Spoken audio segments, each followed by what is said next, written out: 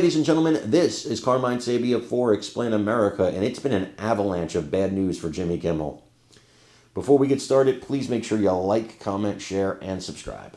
Those little things really help us out, and they help our channel continue to grow. Jimmy Kimmel comes back tonight. Well, to some people, he comes back tonight.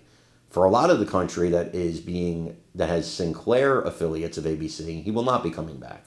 They're not putting him back on the air, but that's not where the bad news ends for Kimmel. See, Kimmel is beloved on the left. They love this guy. Because what does he do? He attacks Donald Trump. He attacks conservative policies. He attacks conservative people. He attacks our principles. He attacks us as people. This is who Jimmy Kimmel is. And they love him for it. So when somebody on the left goes on national TV and says they're glad that Jimmy's coming back, but they don't think his show is sustainable long term because it's bleeding money, well, then the calls are coming from inside the house, Jimmy. And I don't just blame you. It's a day and age where there's streaming and video on demand, and there's not appointment television during the Letterman days and the Jack Carr days and the Johnny Carson days and the Leno days. That was appointment television. Of course, those people also didn't alienate half the country. So maybe the bad news is really your own doing. I want you guys to watch this and let me know what you think in the comments.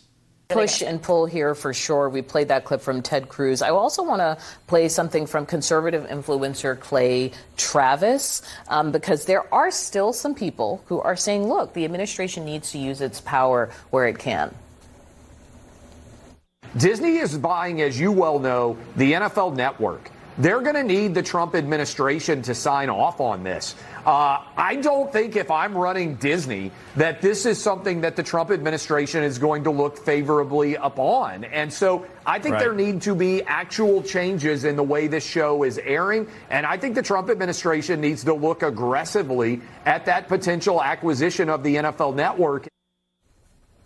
What do you think in a moment like that? There's different tensions here. There's a lot of different tensions, but listen, his comments were inappropriate and not helpful to anybody. However, I have a really big problem with reactionary cancel culture in general. I think that it is poisonous, and I think that it is unsustainable.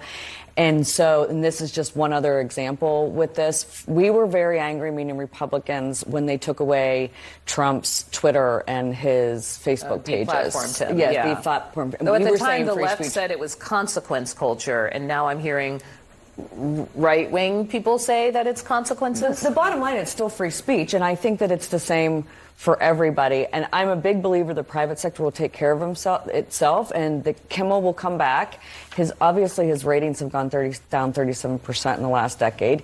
His show is probably not sustainable, but the federal government shouldn't be determining that.